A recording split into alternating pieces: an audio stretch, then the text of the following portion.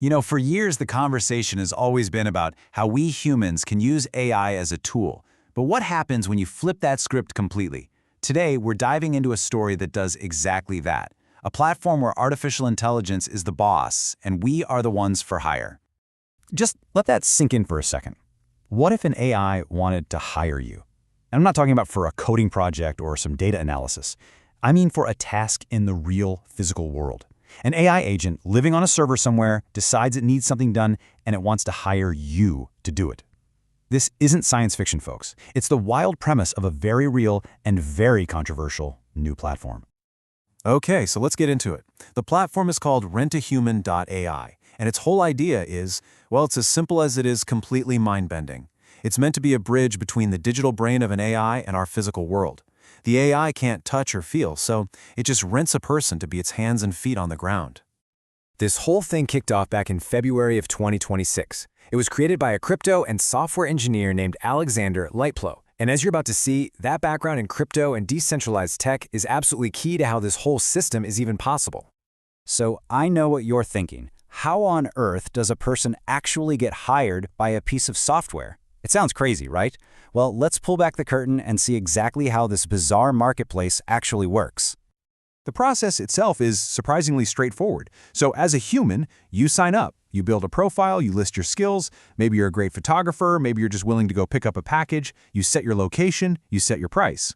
Then on the other side, you've got these AI clients. They scan all these profiles through an API, pick the best person for their task, and send the instructions directly to them. And as soon as you complete the job, boom, payment hits your account instantly. This right here, this really lays out the new power dynamic, doesn't it? The human is the one offering the service, setting their own price, totally in control of that. But the AI is the client. It has the money. It's giving the orders. It's paying the bills. It's basically the gig economy we all know, but completely turned upside down. And here's where that crypto background really comes into play. The payments are all handled using something called stablecoins. It's basically cryptocurrency that's pegged to a real-world asset, like the dollar, so the value doesn't fly all over the place. This means you get these instant, bank-free transactions that can happen anywhere in the world. And the tasks? They can be anything from something super simple like go take a picture of this monument to running an errand like picking up a delivery. So, as you can imagine, a concept this wild created an absolute ton of buzz. But with all that hype came a huge, and I mean huge, question. Is this for real? Is an actual AI placing the order? Or is there something else going on behind the scenes? And when I say hype, I mean it. Some reports claim that over 100,000 people signed up to be rented within just a few days of launch. That is an insane number. It just shows you how curious, or maybe even how desperate, people were to get a piece of this weird new corner of the digital economy.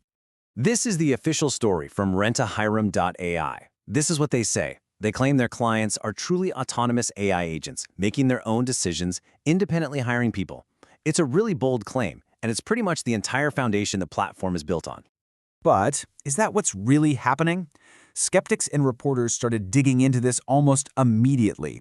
And the general feeling from a lot of these reports is that, yeah, maybe some are AI, but a lot of these AI clients are just other humans, or companies using the whole AI angle as a slick marketing gimmick to get attention.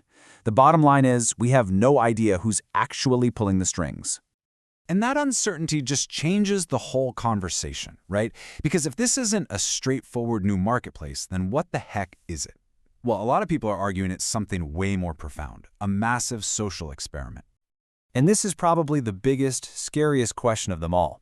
If an AI hires you and tells you to do something dangerous or even illegal, who's on the hook for that? Who's responsible? The legal world is scrambling to figure this out. Is the AI just a tool which would make its developer liable, kind of like a car company is for a faulty car? Or is the AI an agent, which might make the platform itself a new kind of employer? Right now, there are no clear answers. And that's really just scratching the surface. The list of questions goes on and on. We still don't know how autonomous these AIs really are. We don't know if this is a real business or just a flash in the pan. And most importantly, what are the safety protocols to protect the humans doing the work? The more you look at it, the less it feels like a real service, and the more it feels like we're all just characters in some bizarre tech drama. Which, brings us to what a lot of tech analysts are saying right now. The general consensus is that RentAHuman.ai is probably less of a sustainable business and more of a really fascinating and maybe a little unsettling social experiment. And you know, maybe that's the real point of this whole thing. Whether this platform makes $1 billion or disappears tomorrow doesn't really matter. Its true value might just be in the uncomfortable questions it forces all of us to ask about what our future with AI is actually going to look like. So I'll just leave you with this to chew on. For pretty much all of human history, our tools have served us. We were in charge. But we are walking, right now, into a future where that might not be the case. So as AI keeps evolving, as it goes from being a tool we use to a client we serve, what does that actually mean for the future of work? What does that mean for us?